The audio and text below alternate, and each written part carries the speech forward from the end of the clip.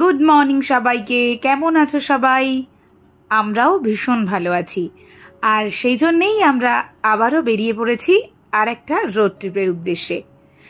আজ 25শে মে, আর আমি, গোগল আর অরিজিৎ তিনজনে বেরিয়ে পড়েছি শিলিগুড়ির উদ্দেশ্যে। তো চলো নতুন রাস্তা দিয়ে যাব, কেমন সেই রাস্তা তুলে ধরবো তোমাদের সকলের সামনে।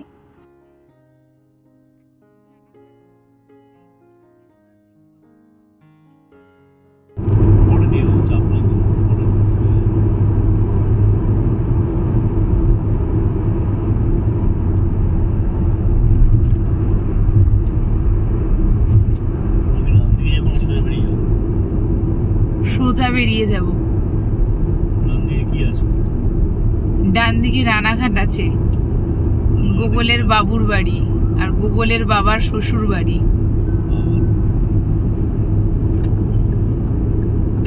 Ranaghat mission great overbridge cross করে গেলাম হুশ করে।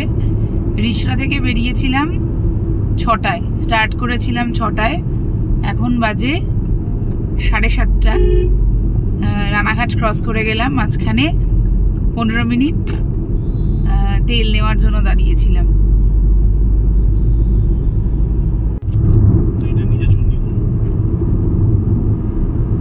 একটার পর একটা ওভারব্রিজ হুস হুস করে ক্রস হয়ে যাচ্ছে। কখন চাকদা চলে গেল, কখন রানাঘাট চলে গেল, কখন চূর্ণী চলে গেল বুঝতে পারবেন না। দারুণ রাস্তা, দারুণ রাস্তা।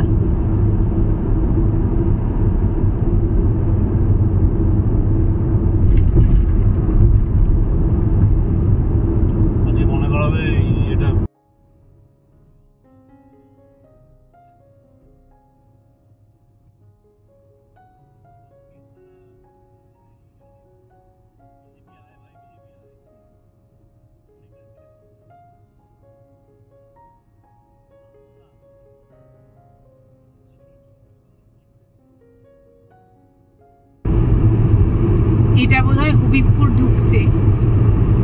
হ্যাঁ, হবিবপুর ঢুকছে। এই যে বাঁদিকে মন্দিরের চূড়োটা দেখতে পাওয়া যাচ্ছে, হবিবপুর ইস্কন, ইস্কনের মন্দিরটা ঢুকছে। রানাঘাট থেকে কতক্ষণ লাগলো? 5 মিনিট। রানাঘাট থেকে আগে যেখানে 10-15 মিনিট কি আধ ঘন্টাও লেগে যেত, এখন সেখানে 5-10 মিনিটের মধ্যে ঢুকে যাচ্ছে।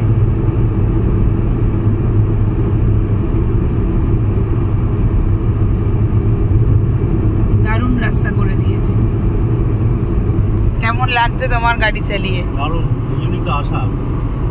এই জন্য বারবার শিলিগুড়িতে আসা। বারবার নয়, আগে যে রাস্তা ছিল আর এখন রাস্তার মধ্যে অনেক ডিফারেন্স। আগে নবদ্বীপ দিয়ে ঘুরে যেতে হতো, গৌরাঙ্গ সেতু দিয়ে প্রায় 3.5 ঘন্টা লাগতো, 3.5 ঘন্টা মতো কৃষ্ণনগর লাগতো রিক্সাতে। এখন মোটামুটি আমি যা মনে হচ্ছে 2 ঘন্টায় কৃষ্ণনগর ঢুকছে। আর তার মধ্যে ওই রকম নবদ্বীপ রেলগেটের জ্যাম। হ্যাঁ, ওটাও খুব বাজার। বাম্পার ছিল রাস্তাটা, খুব বাম্পার ছিল কান্না রোডটাতে। একটাই ওই মনে হচ্ছে নবদ্বীপের দইটা মিস হয়ে গেল। ওইটা একটা সুবিধা ছিল, ফেরার সময় নবদ্বীপের দই নিয়ে বাড়ি আসতাম। সেটা আর মানে এটাই মিস হচ্ছে।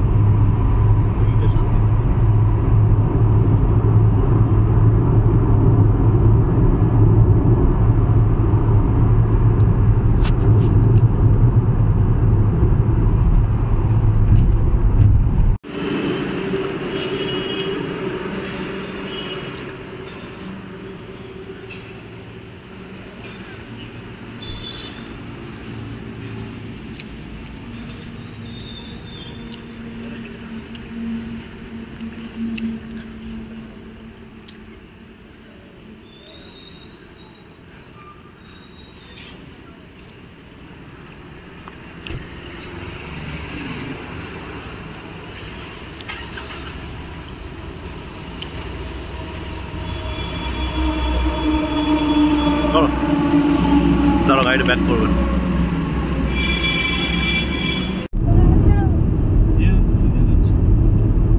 শিলিগুড়ি দেখা গেছে, যদিও অনেক আগে থেকেই দেখা যাচ্ছিল, আবার এখন দেখা গেছে। গোগল ব্রেকফাস্টটা কেমন ছিল? ভালো। আমরা ব্রেকফাস্ট করে বায়ো ব্রেক নিয়ে মাদারসার থেকে আবার রওনা হলাম। ব্রেকফাস্টে নিয়েছিলাম স্যান্ডউইচ, জুস, প্লেন ধোসা, চা। মোটামুটি রিজনেবল প্রাইস, তাই তো একদম সস্তা। 290 টাকা মতো বিল হলো। আসতেই পারেন আপনারা, মানে রাস্তার ওপরেই পড়বে, ভীষণ ভালো, পরিষ্কার বাথরুম, ব্রেকফাস্টের আইটেমগুলোও ভীষণ ভালো ভালো, খাবারও খুব ভালো। তো আবার আমরা রওনা দিলাম শিলিগুড়ির উদ্দেশ্যে।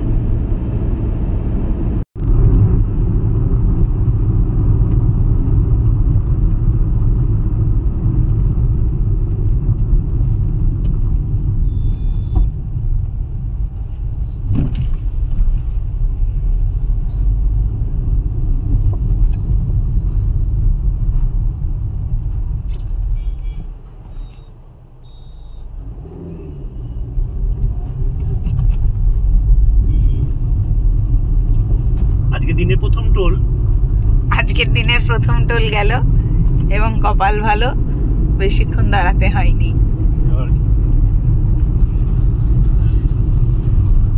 গোগল প্রথম টোলের সাথে রাস্তা খারাপ শুরু হয়ে গেল।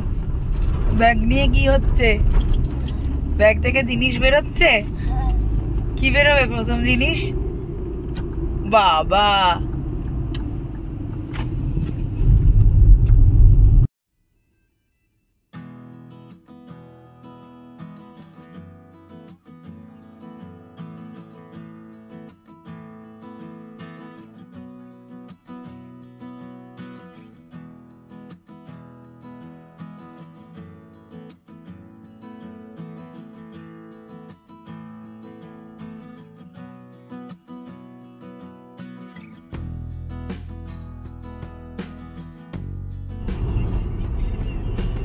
সেই বহরমপুর বাইপাস, সেই বহরমপুর বাইপাস।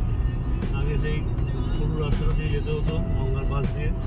ভয়ঙ্কর রাস্তা, ট্রাফিক হতো, খুব সরু এবং ট্রাফিক হতো। এখন তো ট্রাফিক নেই, দারুণ রাস্তা। কিন্তু মাঝে মাঝে টোটো চলছে। বাইপাসে নেই, টোটো সব জায়গায় চলতে পারে, টোটোর লাইসেন্স সব জায়গায়। আমাদের বহরমপুর বাইপাস প্রথমবার চালাচ্ছি, দুর্দান্ত লাগছে। এইসব রাস্তায় গাড়ি চালানোর জন্য আলাদা।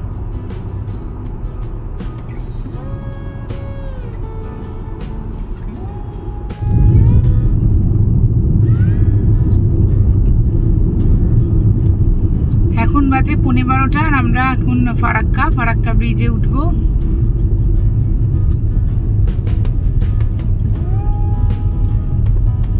বাইরে বিভৎস গরম।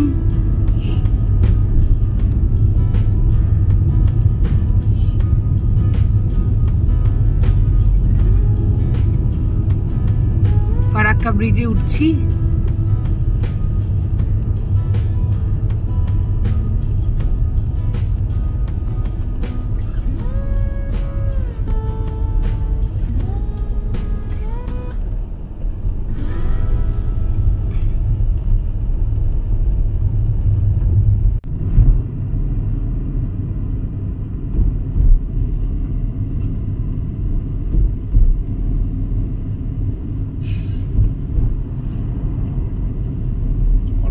অনেক গেট খোলা আছে, অনেক গেট বন্ধ আছে। এই গেটগুলো খোলা আছে, খোলা। এগুলো তোলা তো নিচ থেকে, যেগুলো নেই সেগুলো বন্ধ, এগুলোকে নিচ থেকে তুলেছে ওপরে, তখন খোলা।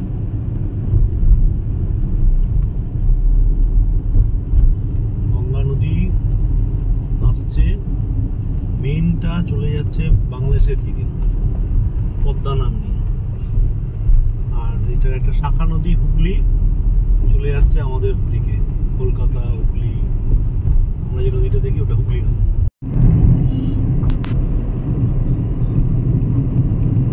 মালদা ঢুকে গেছি, বোঝাই যাচ্ছে সারা দিকে গাছে আম ঝুলছে। গোগল পারবি নাকি? খাবি? খাবিও না?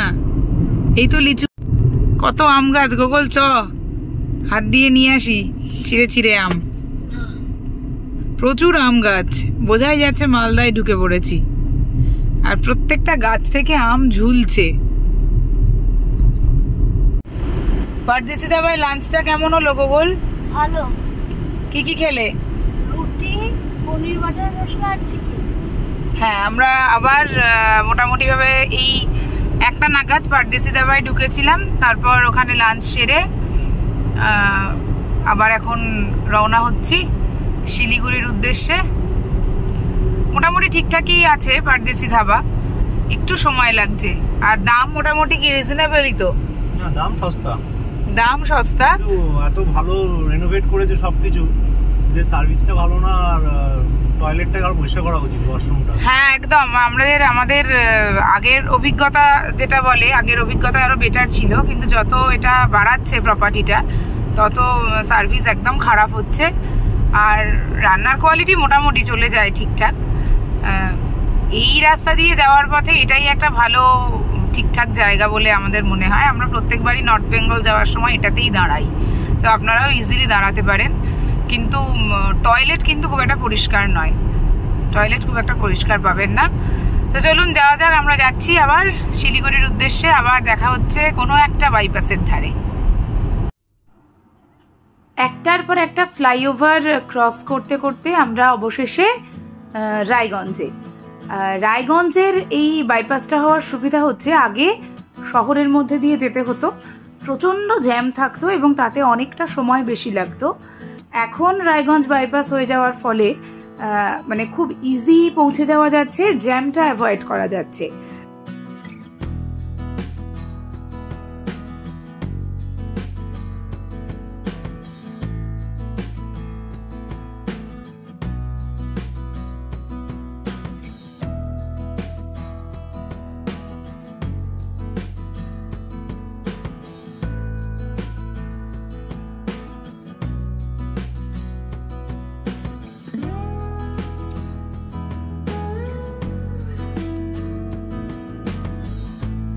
তো আমরা যাচ্ছি শিলিগুড়ির উদ্দেশ্যে। গোগল কেমন লাগছে? নিশ্চয়ই ভালো লাগছে। তো চলুন দেখি রায়গঞ্জ বাইপাসের পর কোনটা আসে। নিশ্চয়ই দেখা হবে এরপর আরো কোনো একটা বাইপাসের ধারে।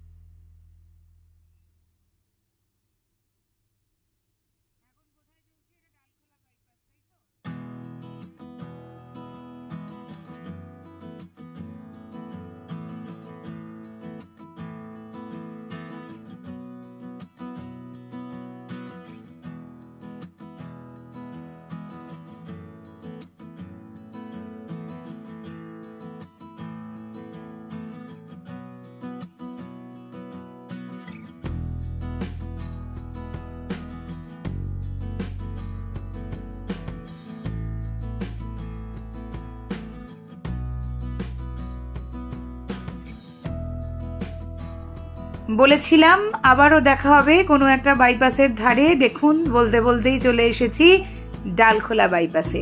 ডালখোলা বাইপাসে যদিও অনেকদিন আগেই খুলেছে, কিন্তু তাও দারুণ একটা বাইপাস ধরে যাচ্ছি, দারুণ আনন্দ হচ্ছে।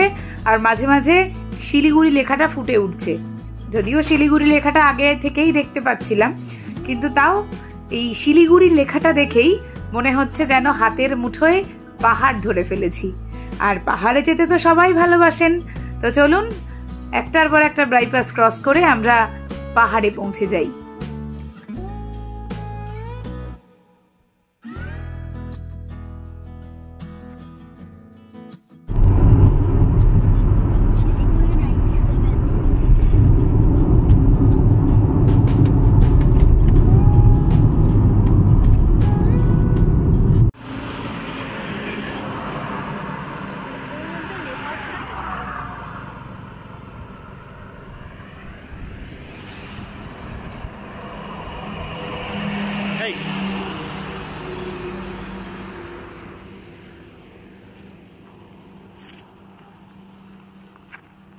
অবশেষে চা বাগান দেখতে পেলাম। চা বাগান থেকে কি মনে হচ্ছে? মনে হচ্ছে চা খাই। মনে হচ্ছে চা খাই, কিন্তু রাস্তায় কোনো চায়ের দোকান নাই। কি মনে হচ্ছে এই পাটা আসবে, ওকে নিয়ে যাবে।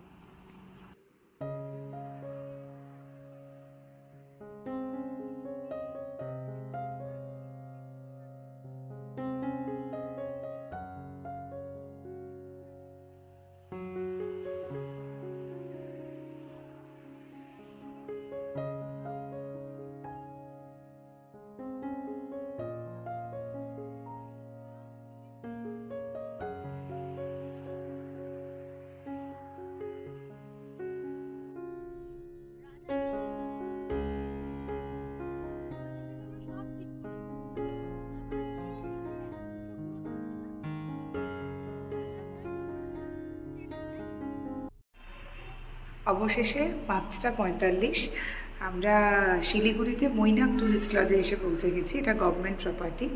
চলো তোমাদের একটুখানি রুম ট্যুরটা করিয়ে দিই আগে। চলো দেখিয়ে দিই,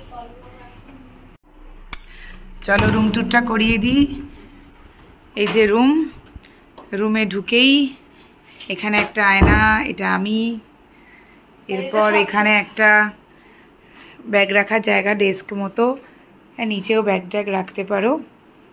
এখানে একটা ওয়ার্ড্রপ দিয়েছে, ওয়ার্ড্রপে একটা ব্ল্যাঙ্কেট আছে। এখানে পিলো আছে। আর গভর্নমেন্ট প্রপার্টির যেটা ফায়দা সেটা হচ্ছে পাশ বালিশ আছে। আর এখানে তো ডেস্ক রয়েছে, দুটো মিনারেল ওয়াটার কমপ্লিমেন্টারি দিয়েছে। এই ব্যাগে আছে, এই ব্যাগে কি আছে দেখ, সোপ আছে, পেস্ট আছে, পেস্ট আছে, ব্রাশ আছে, শেভিং কিট আছে, শেভিং কিট আছে। এই এখানে দুটো চেয়ার রয়েছে। এই হচ্ছে বাইরের ভিউ, এই হচ্ছে ঘরের ভিউ। এই যে টিভি আছে। এবার ওয়াশরুমে এটা তো স্নান করার জায়গা। আবার এটা আমি, এই যে ইন্ডিয়ান স্টাইল কমোড, পরিষ্কার বাথরুম, খুব সুন্দর, খুবই পরিষ্কার বাথরুম। এই যে গিজার আছে। এই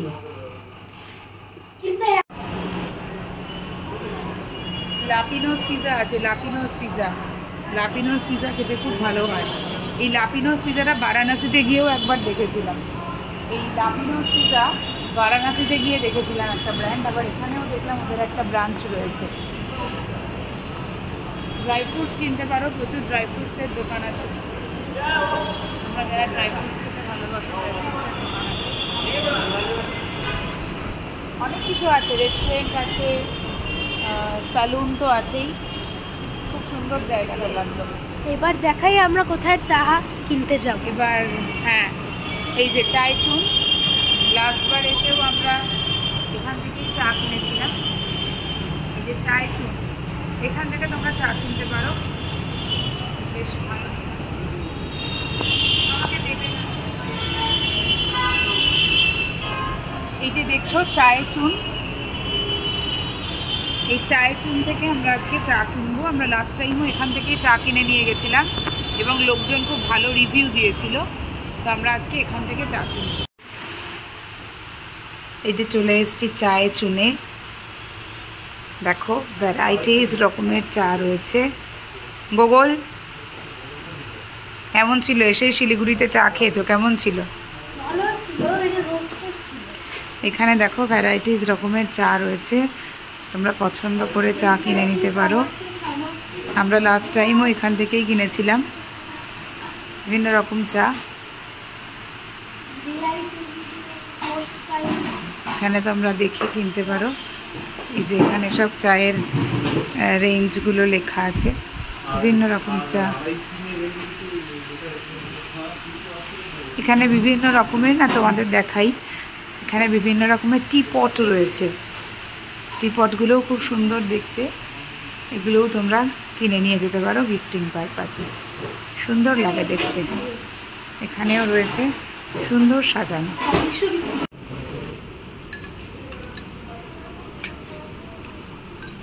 ডিনার চলে এসেছে।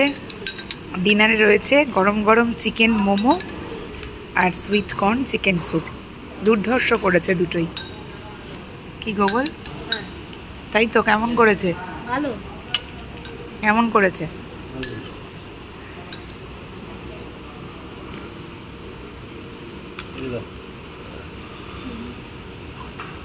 আপনারাও এনজয় করুন আমাদের সঙ্গে মোমো আর চিকেন স্যুপ।